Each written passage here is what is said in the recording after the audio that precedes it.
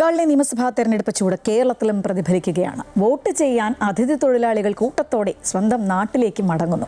ഇതോടെ സംസ്ഥാനത്തെ വ്യവസായ നിർമ്മാണ മേഖലകൾക്ക് വലിയ തിരിച്ചടിയാണ് നേരിടേണ്ടി വരുന്നത്. മാത്രമല്ല, തിരക്കുള്ള ട്രെയിനുകളിൽ അപകടകരമായ രീതിയിലാണ് അതിഥി തൊഴിലാളികളുടെ യാത്ര. വോട്ട് ചെയ്യാനായി പശ്ചിമ ബംഗാളിൽ നിന്നുള്ള അതിഥി തൊഴിലാളികൾ കൂട്ടത്തോടെ നാട്ടിലേക്ക് മടങ്ങുകയാണ്.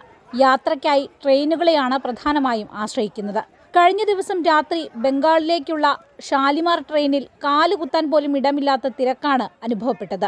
കുടുംബാംഗങ്ങളെയും ലഗേജും കൊണ്ട് വാതിലുകളിൽ തൂങ്ങിക്കിടന്ന് ജീവൻ പണയം വെച്ചാണ് പലരുടെയും യാത്ര.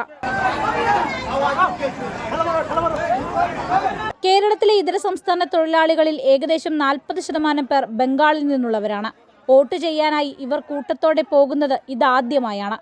വോട്ടർ പട്ടിക പരിഷ്കരണം, പൗരത്വ നിയമ ഭേദഗതി തുടങ്ങിയ വിഷയങ്ങളിൽ തൊഴിലാളികൾക്കിടയിൽ ആശങ്കയും ആശയക്കുഴപ്പവും ശക്തമാണ്.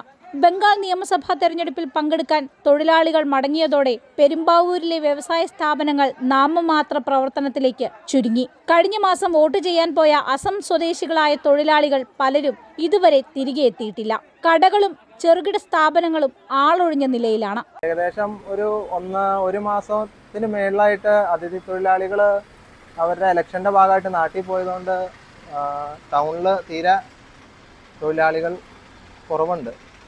കച്ചവടം തീരെ കുറവാണ്. മെയിനായിട്ട് 4-5 ആഴ്ചയായിട്ട് ഒരാൾ പോലും കടയിലില്ല. നിലവിൽ വളരെ മോശം അവസ്ഥയിലേക്കൂടെയാണ് എല്ലാ കടയിലും, ഈ കടയിലും നല്ല വരുമ്പോൾ എല്ലാ കടയിലും പോയിക്കൊണ്ടിരിക്കുന്നതാണ്. ഗൾഫ് മേഖലയിലെ യുദ്ധ സാഹചര്യത്തെ തുടർന്ന് പ്ലൈവുഡ് ഫാക്ടറികൾക്ക് ആവശ്യമായ മെഥനോൾ പോലുള്ള പെട്രോളിയം ഉൽപ്പന്നങ്ങൾക്ക് ഇരട്ടി വിലയായതും പ്രതിസന്ധി രൂക്ഷമാക്കുന്നുണ്ട്.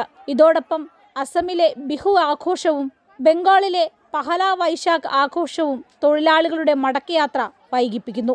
ഇതര സംസ്ഥാന തൊഴിലാളികളെ ആശ്രയിച്ചുള്ള കേരളത്തിലെ വ്യവസായ മേഖല ഇതുവരെ നേരിട്ടിട്ടില്ലാത്ത പ്രതിസന്ധിയാണ് നിലവിലുള്ളതെന്ന് പ്ലൈവുഡ് മേഖലയിലെ സംഘടനാ ഭാരവാഹികൾ പറയുന്നു. ഇലക്ഷൻ സമയങ്ങളിൽ അന്യസംസ്ഥാന തൊഴിലാളികൾ അവരുടെ നാട്ടിലേക്ക് പോയിട്ടുണ്ടെങ്കിലും ഇപ്പോഴുള്ളൊരു സാഹചര്യം ഇതിനു മുൻപ് ഉണ്ടായിട്ടില്ല എന്നുള്ളതാണ്. ട്രെയിനിലൊന്നും ടിക്കറ്റേ ഉണ്ടായിരുന്നില്ല.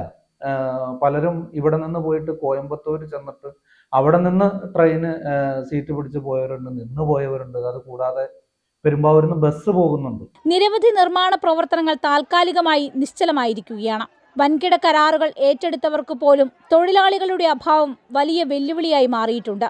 വോട്ടെടുപ്പ് കഴിഞ്ഞ് തൊഴിലാളികൾ തിരികെ എത്തുന്നതുവരെ സംസ്ഥാനത്ത് പല മേഖലയിലും ഈ സ്തംഭനാവസ്ഥ തുടരും. അമൃത ന്യൂസ്, കൊച്ചി.